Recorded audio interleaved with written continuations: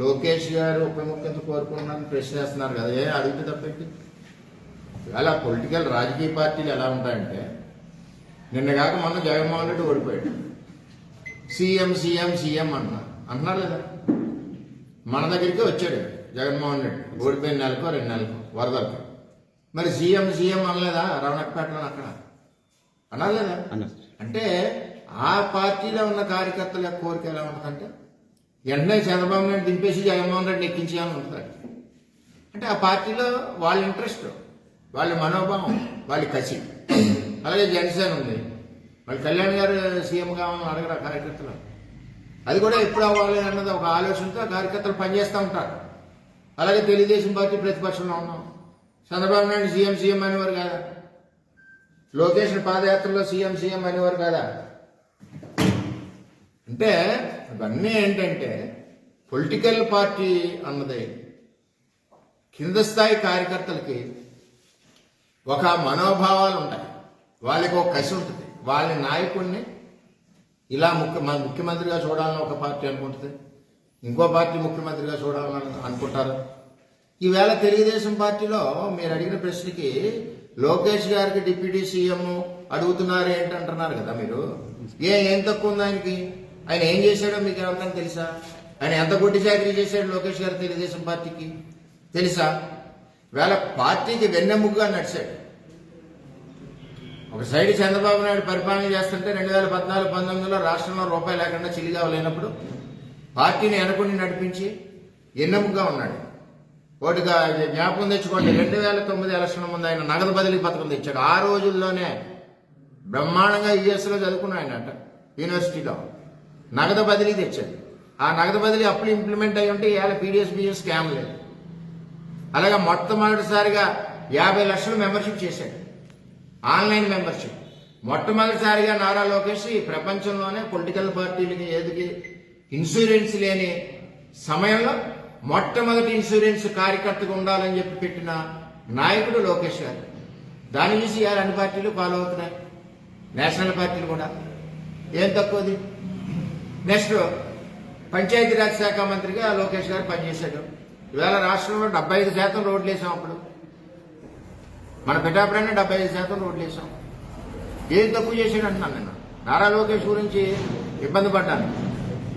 తర్వాత ఈ మధ్యలో ఐటీ సెక్టర్ బ్రహ్మాండంగా డెవలప్ చేశాడు. IT sector. నెక్స్ట్ ప్రభుత్వం ఓడిపోయింది. ఇవాళ నాయకులు ఎవరన్నా కష్టం ఉన్నా సుఖం ఉన్నా పొలిటికల్గా ఎలా ఉన్నా కలిసిది ఎవరినే? నారా లోకేష్. సపోర్ట్ ఇచ్చేది ఎవడు? నారా లోకేష్. అటువంటిది ప్రభుత్వం పోయింది, అయిపోయింది. తెలుగుదేశం పార్టీ పని అయిపోయింది అన్నాడు జగన్మోహన్ రెడ్డి. ఎందుకు పని చేయలేదు? చంద్రబాబు నాయుడు పని అయిపోయింది అన్నారు, వయసు అయిపోయింది అన్నారు. ఏం వయసు అయిపోయింది? చంద్రబాబు నాయుడు 100 సంవత్సరాలు ఉంటాడు భగవంతుడు ఆశీస్సులతో. ఆయన ఆరోగ్యం మీకు ఎవరికి తెలియదు, ఆయన కష్టపడే విధానం ఎవరికి తెలియదు. అన్న పరిస్థితుల్లో కార్యకర్తలు మేము తిరుగుతుంటే అయిపోయిందిరా మీ తెలుగుదేశం పార్టీ అనేవారు. మమ్మల్ని అని వారు ఆ పార్టీలు ఎత్తుకుంటారు. దాన్ని ఒకటి ఇక్కడ తెలుగుదేశం పార్టీలో ఆస్తులు అమ్ముకుని కొంతమంది ప్రాణాలు అర్పించి కాళ్ళు చేతులు పోగొట్టుకుని ఈ పార్టీ గురించి పనిచేసిన కార్యకర్తలు దేని గురించి పనిచేశారు? చంద్రబాబు నాయుడు నాయకత్వం కావాలి, రేపు తెలుగుదేశం పార్టీ యువ నాయకత్వం కావాలి, రేపు నెక్స్ట్ జనరేషన్కి తెలుగుదేశం పార్టీ. ఇప్పుడు చంద్రబాబు నాయుడు గారు విజన్ మన 47 అది 2047 పెట్టారు. 2040 పెట్టారు. ఎందుకు పెట్టారు అంటే ఒక ప్రణాళిక. అలాగే పొలిటికల్ పార్టీలకు కూడా ఒక ప్రణాళిక ఉంటుంది. రేపు రాబోయే రోజుల్లో ఈ రాష్ట్రాన్ని నడిపించాలి తెలుగుదేశం పార్టీ తరఫున ఎవరు నడిపించగలరో సత్తా ఉన్న నాయకుడు ఎవరంటే లోకేష్. రాబోయే రోజుల్లో తెలుగుదేశం పార్టీలో చెప్తున్నాను, నన్ను వక్రీకరించండి, మా కార్యకర్తల మనోభావాలు చెప్తున్నాను.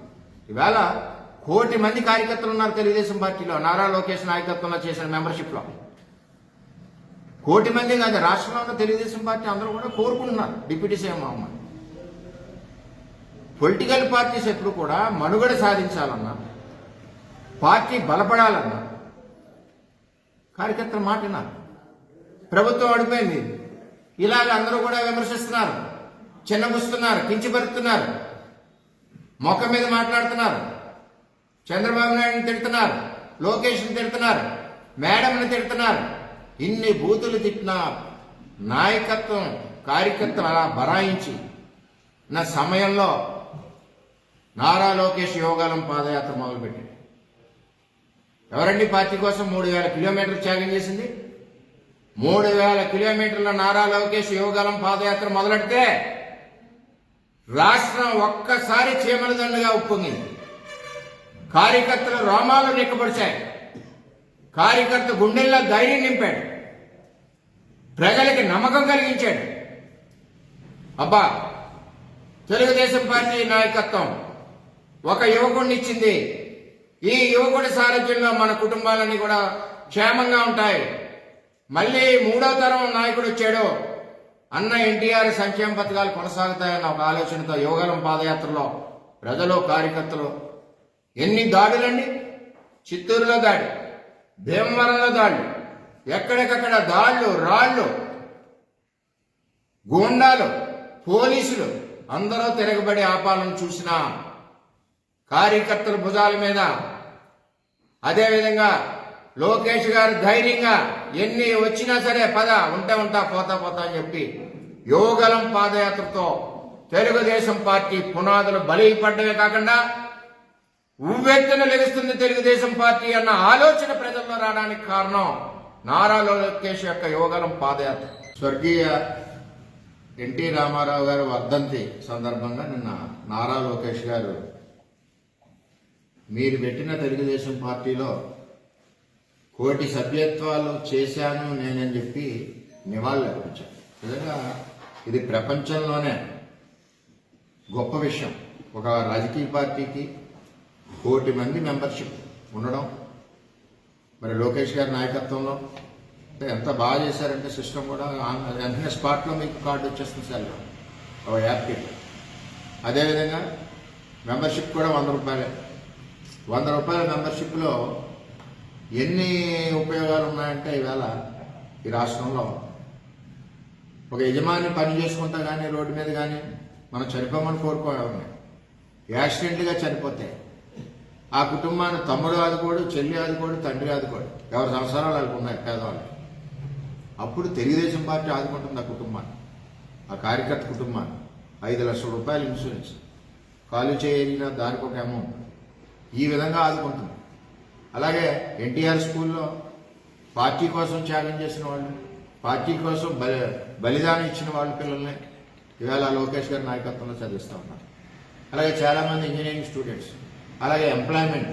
అంటే ఒక పొలిటికల్ పార్టీలో కార్యకర్తల కోసం ఇన్ని విధాలుగా పనిచేస్తారా అన్నది అది నారా లోకేష్ గారితో ఈరోజు 1 కోటి సభ్యత్వాలు పూర్తి చేసినందుకు పిఠాపురం తెలుగుదేశం పార్టీ తరఫున ఆయనకి ధన్యవాదాలు తెలియజేస్తూ, పిఠాపురం తెలుగుదేశం పార్టీ కూడా 35,000 పైచులకు మెంబర్షిప్ చేసాం.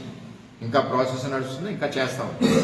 చాలామంది ఈ రాష్ట్రంలో బ్రహ్మాండంగా కార్యకర్తలు మెంబర్షిప్ చేసినందుకు అందరికీ కూడా, ప్రతి తెలుగుదేశం పార్టీ కార్యకర్తకు కూడా ధన్యవాదాలు తెలియజేస్తాం. ముఖ్యంగా నారా లోకేష్ గారికి 1 కోటి సభ్యత్వాలు పొలిటికల్ ఒక తెలుగుదేశం పార్టీ ఒక ప్రాంతీయ పార్టీ, ప్రపంచంలోనే ఈ ప్రాంతీయ పార్టీలకు కానీ నేషనల్ పార్టీకి కానీ ఇంచుమించు ఇంత సభ్యత్వాలు లేవు. అటువంటిది మనం ఈ రాష్ట్రంలో మొట్టమొదటిసారిగా పొలిటికల్ పార్టీకి ఇన్ని సభ్యత్వాలు ఉన్నాం. నిజంగా గర్వకారణం. అటువంటి తెలుగుదేశం పార్టీలో మేమందరం పనిచేయడం కూడా మా అందరికి కూడా మరీ గర్వకారణం అని చెప్పి నేను తెలియజేస్తాను.